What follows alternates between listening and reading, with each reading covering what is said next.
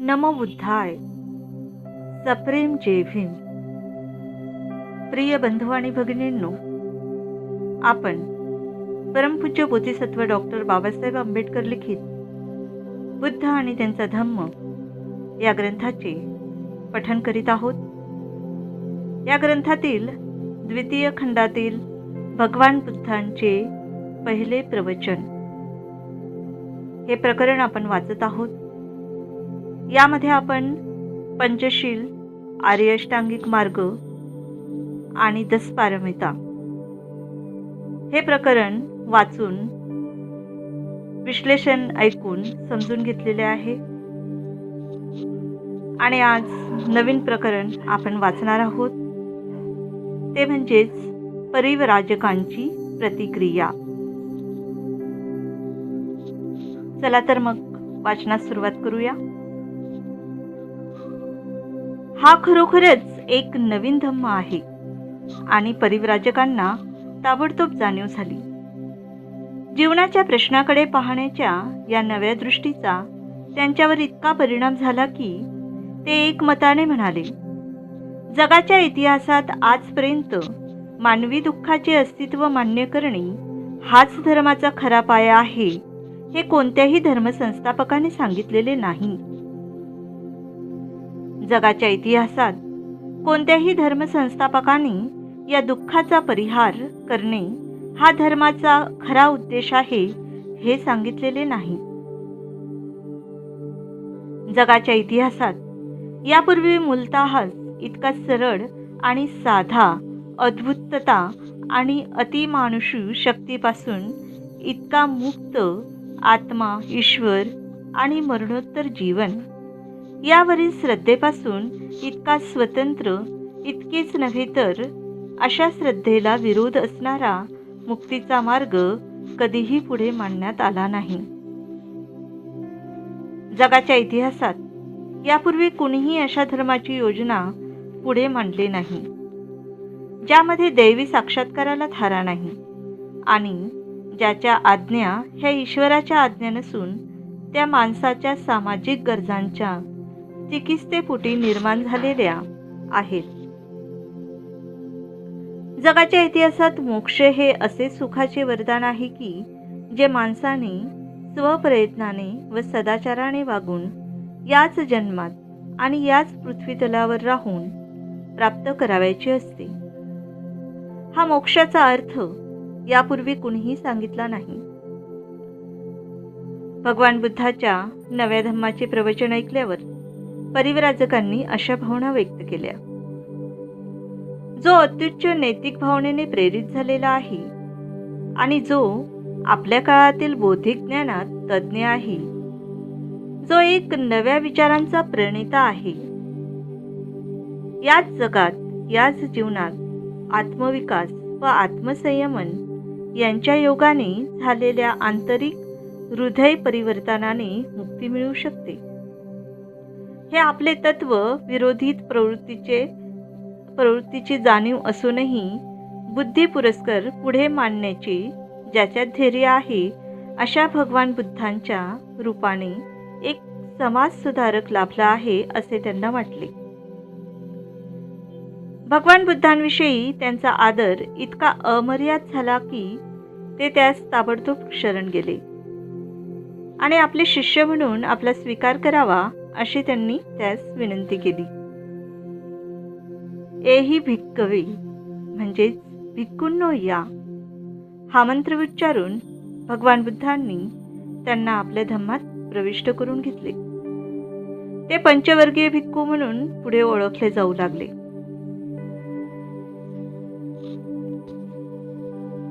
द्वितीय खंडातील भाग 2 वाचन ह्या ठिकाणी समाप्त झालेला आहे आणि आता भाग 3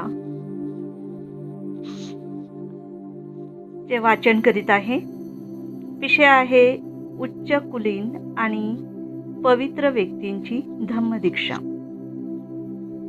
यामध्ये आज यशस्वी धम्मदीक्षा हे प्रकरण आपण वाचूया.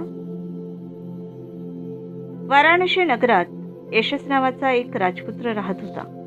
तो वयाने तरुण आणि दिसावयास अत्यंत देखणा होता. तो आपल्या आईवडिलांचा अत्यंत आवडता होता. त्याच्याजवळ विपुल संपत्ती होती. त्याच्याजवळ मोठा लवाजमा असून त्याचे अंतःपुरही मोठे होते. तो आपला सर्व वेळ फक्त नृत्य, मद्यपान आणि विलासात घालवी. काही काळ लोटल्यानंतर त्या सर्वांची त्याला शिसारी आली.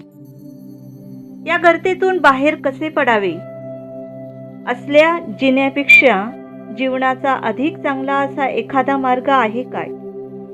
काय करावे हे न कळल्यामुळे आपल्या पित्याचे घर सोडून जाण्याचे त्याने ठरवले.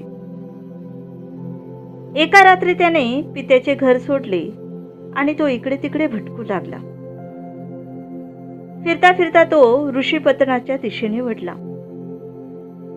थकवा आल्यावर तो खाली बसला आणि स्वतःशीच मोठमोठ्याने म्हणू लागला, मी कुठे आहे?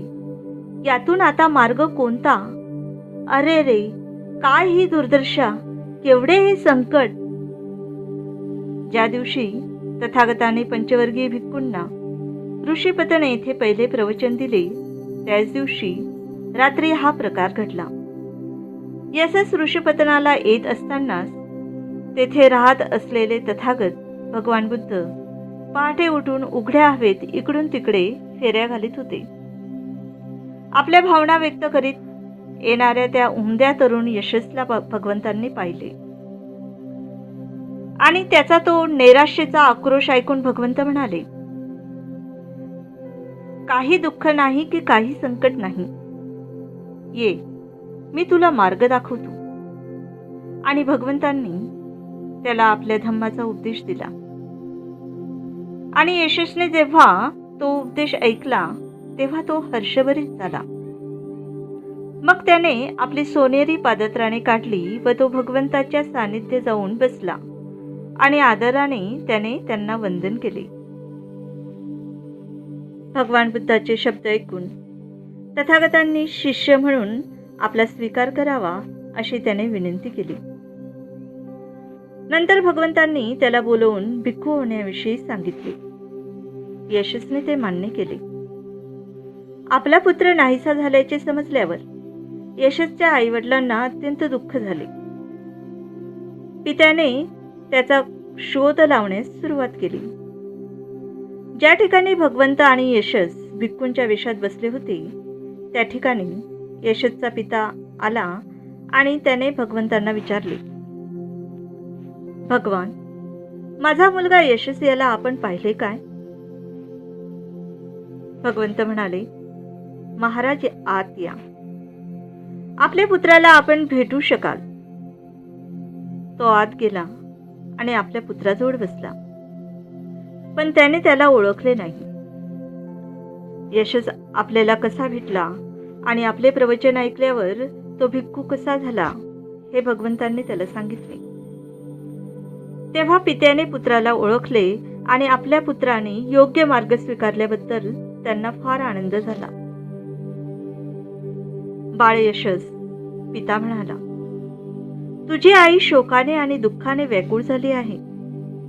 घरी परत ये आणि आपल्या आईला पुन्हा सुखी कर. नंतर यशसने तथागतांकडे पाहिले आणि तथागत यशसच्या पित्याला म्हणाले, यशसने पुन्हा त्या संसारी जीवनात जावे आणि पूर्वीप्रमाणे ऐहिक सुखांचा उपभोग घ्यावा आणि आपली इच्छा आहे काय? आणि यशसच्या पित्याने उत्तर दिले, जर माझा पुत्र यशस याला आपल्याबरोबर राहण्यात फायदा आहे असे वाटत असेल तर त्याला राहू द्या. यशसने भिक्खू म्हणून राहणे अधिक पसंत केले. निरोप घेण्यापूर्वी यशसचा पिता म्हणाला, भगवान तथागताने माझ्या घरी माझ्या कुटुंबियांसमवेत भोजन करण्यास संमती द्यावी. तथागतांनी आपली वस्त्रे परिधान करून भिक्षापात्र घेतले आणि यशस बरोबर ते त्याच्या पित्याच्या घरी गेले. तेथे पोचल्यावर यशसची आई आणि त्यांची पूर्व आयुष्यातील पत्नी यांना ते भेटले. भोजनानंतर तथागतांनी त्या कुटुंबातील सर्व मंडळींना आपल्या धम्माचा उपदेश दिला. तो ऐकून त्यांना फार आनंद झाला आणि त्यांनी त्या उपदेशाचे पालन करण्याचे वचन दिले. वाराणसीतील एका श्रीमंत कुटुंबात यशसचे 4 मित्र होते. विमल, सुभाऊ, पुण्यजित आणि गवापती अशी त्यांची नावे होती.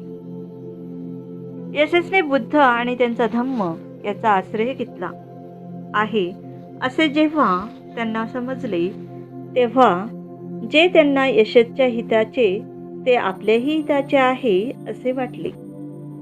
म्हणून ते यशसकडे गेले आणि आपले शिष्य म्हणून आपला स्वीकार करण्याविषयी त्याने भगवान बुद्धाला प्रार्थना करावी असे त्यांनी त्याला सांगितले. यशसने ते मान्य केले आणि त्यांनी भगवान बुद्धाकडे जाऊन ते म्हणाले, तथागतांनी माझ्या या 4 मित्रांना आपला धम्म उपदेश देण्याची कृपा करावी.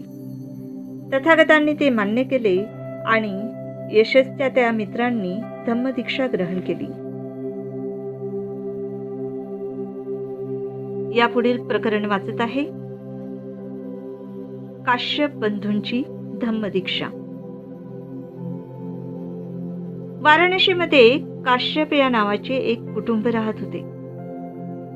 या कुटुंबात 3 पुत्र होते. ते उच्च विद्याविभूषित असून कर्मठ धार्मिक जीवन जगत होते. काही काळानंतर मोठ्या मुलाने संन्यास घेण्याचा विचार केला. त्याचप्रमाणे त्यांनी घर सोडले व संन्यास घेतला आणि उर्वेला येथे जाऊन त्याने आपला आश्रम स्थापन केला. त्याच्या धाकट्या 2 भावांनी त्याचे अनुकरण केले आणि तेही संन्यासी बनले. ते सगळे अग्निहोत्री किंवा अग्निपूजक होते. त्यांनी लांब केस ठेवले असल्यामुळे त्यांना जटिल असे म्हणत. हे 3 भाऊ उर्वेला काश्यप, नदी काश्यप, निरंजना नदीचा काश्यप असे देखील त्याला म्हणत असत आणि गया काश्यप म्हणजे गया या गावाचा काश्यप या नावाने ते ओळखले जात. यापैकी उर्वेला काश्यपाचे 500 जटिल अनुयायी होते.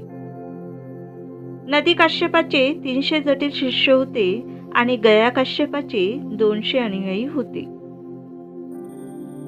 उर्वेला काश्यप हा त्यांचा प्रमुख होता. उर्वेला काश्यपाची कीर्ती फार दूरवर पसरलेली होती. तो जीवनमुक्त असल्याचे मानले जात होते. लोक दूरदूरच्या ठिकाणाहून फल्गू नदीवरील त्यांच्या आश्रमात येत असत.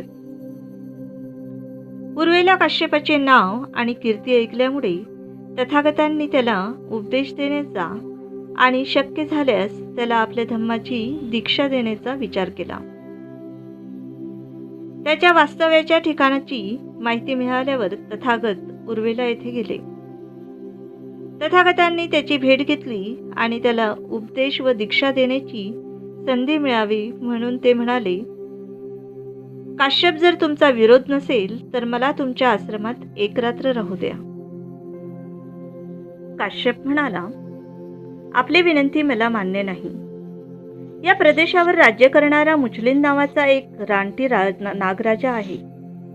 तो भयंकर शक्तिमान आहे. अग्निपूजा करणाऱ्या सर्व संन्याशांचा तो कट्टा शत्रू आहे. तो रात्री आश्रमात येतो आणि अतिशय त्रास देतो. तो मला जसा त्रास देईल तसाच तो आपणाला त्रास देईल असे मला वाटते.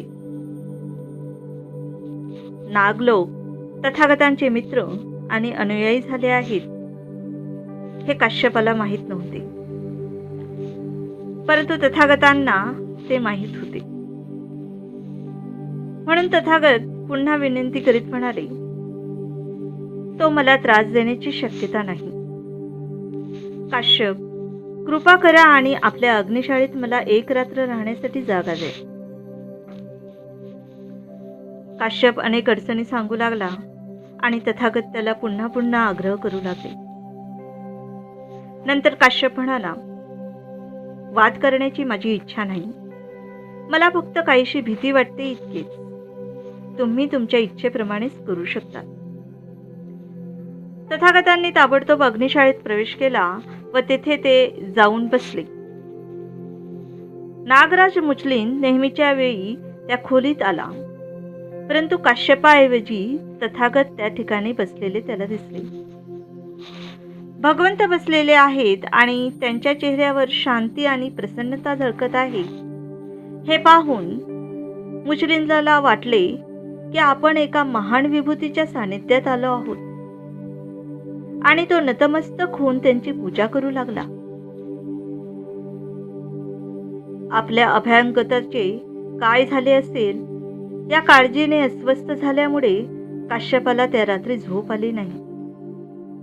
बहुधा त्याला भस्मसात केले असेल या शंकेने तो भीत उठला.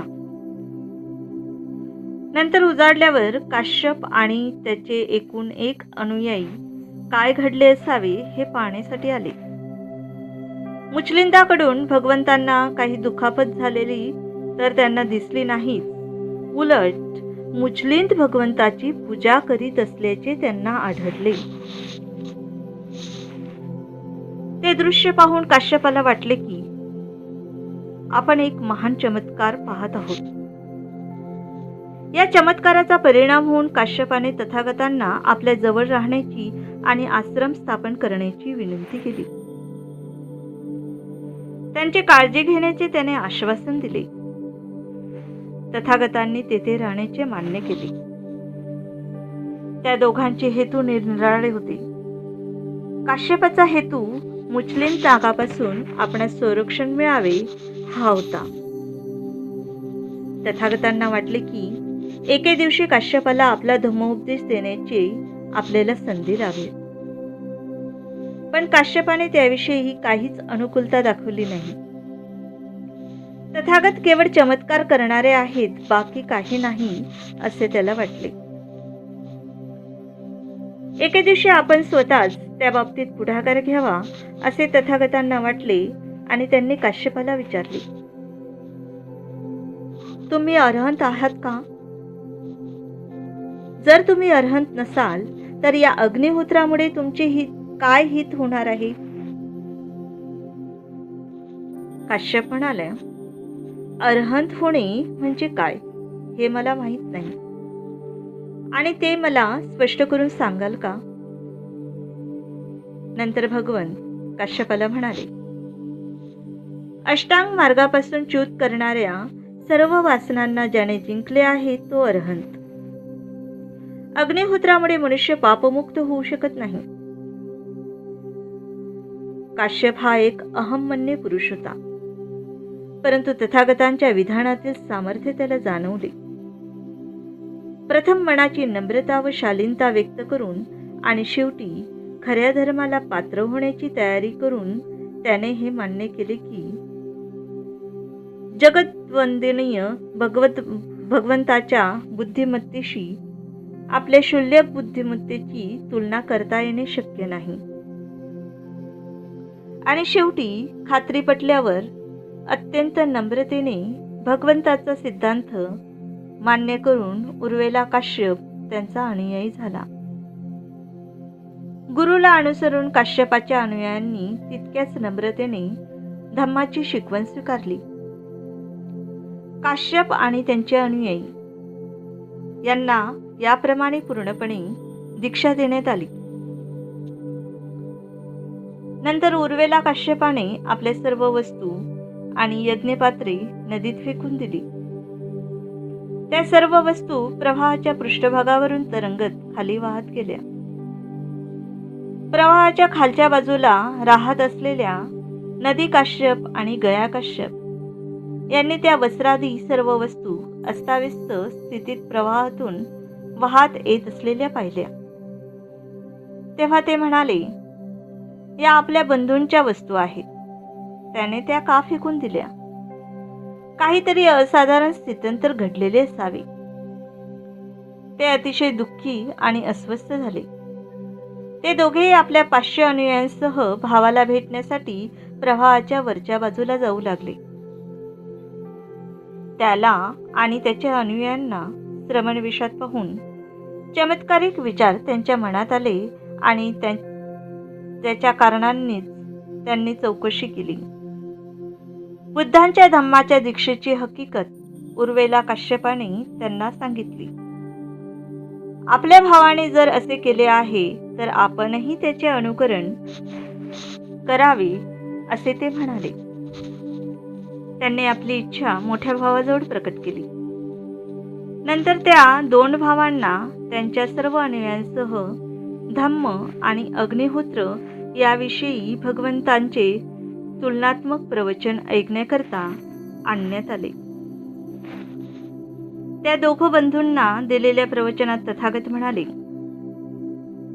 लाकडावर लाकूड घासल्यावर जसा अग्नी बाहेर पडतो तसा विचारांच्या गोंधळामुळे अग्नी निर्माण होतो आणि अज्ञानाचा काळा धूर वर येतो. काम, क्रोध व अविद्या हे अग्नीप्रमाणे जगातील दुःखाला कारणीभूत होणाऱ्या सर्व गोष्टींना भस्मसात करतात. एकदा हा मार्ग सापडला आणि काम, क्रोध व अविद्या यांचा नाश झाला की त्याच्याबरोबरच नवी दृष्टी, ज्ञान आणि सदाचरण याचा जन्म होतो. म्हणून एकदा माणसाच्या अंतःकरणात पापाविषयी घृणा उत्पन्न झाली की तिच्यामुळे तृष्णा नाहीशी होते आणि तृष्णा नाहीशी झाली की मनुष्य श्रमण बनतो. भगवान बुद्धांचे प्रवचन ऐकल्यानंतर त्या महर्षींचा अग्निपूजेविषयीचा आदर नष्ट झाला आणि बुद्धाचे शिष्य होण्याची त्यांनी इच्छा व्यक्त केली. काश्यपांची धम्मदीक्षा हा तथागतांचा महान विजय होता, कारण लोकांच्या मनावर त्यांचा जबरदस्त प्रभाव होता. तर बंधू आणि भगिनींनो, आजच्या प्रकरणाचा भाग या ठिकाणी वाचून समाप्त झालेला आहे. तर भेटूया आपण नवीन प्रकरणासह. आपणास माझा हा ऑडिओ आवडल्यास लाईक करा आणि शेअर करायला विसरू नका. धन्यवाद. नमो बुद्धाय. जय भीम.